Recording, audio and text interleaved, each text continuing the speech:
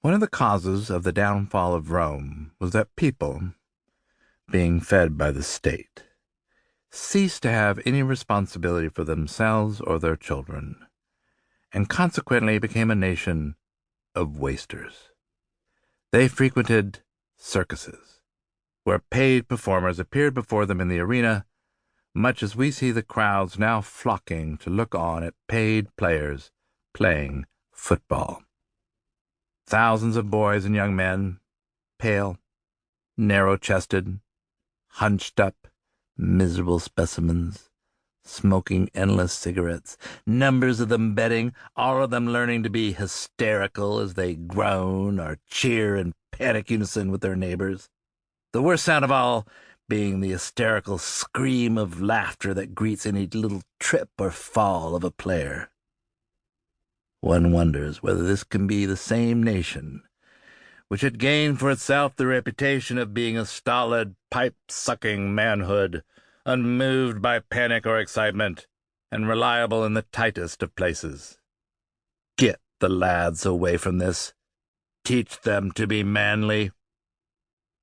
R. Baden-Powell, Scouting for Boys, 1908. Some time ago, I came home from Wales by train. The station was a village station just outside Cardiff, and I arrived early.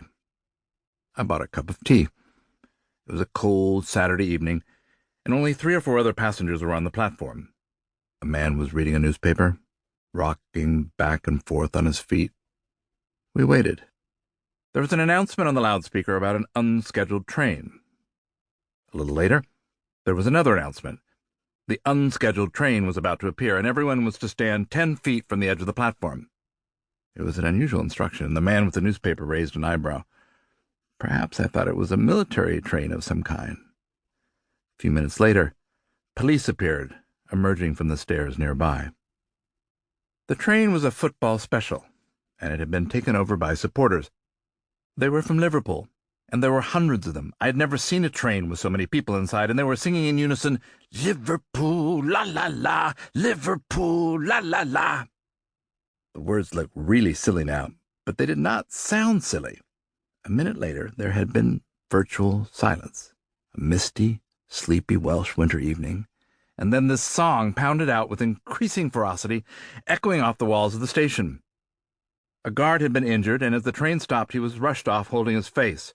Someone inside was trying to smash a window with a table leg, but the window wouldn't break. A fat man with a red face stumbled out of one of the carriages, and 6 policemen rushed up to him, wrestled him to the ground, and bent his arm violently behind his back. The police were overreacting. The train was so packed that the fat man had popped out of an open door, but the police were frightened. For that matter, I was frightened. I remember my arms folded stupidly across my chest, as was everyone else on the platform. It was peculiar. I was at a railway station where everyone around me spoke Welsh. I was there to catch a train. Then this sudden display. I thought it had been intended for us, that this violent chant was a way of telling us that they, the supporters, were in the position to do anything they wanted. The train left. It was silent.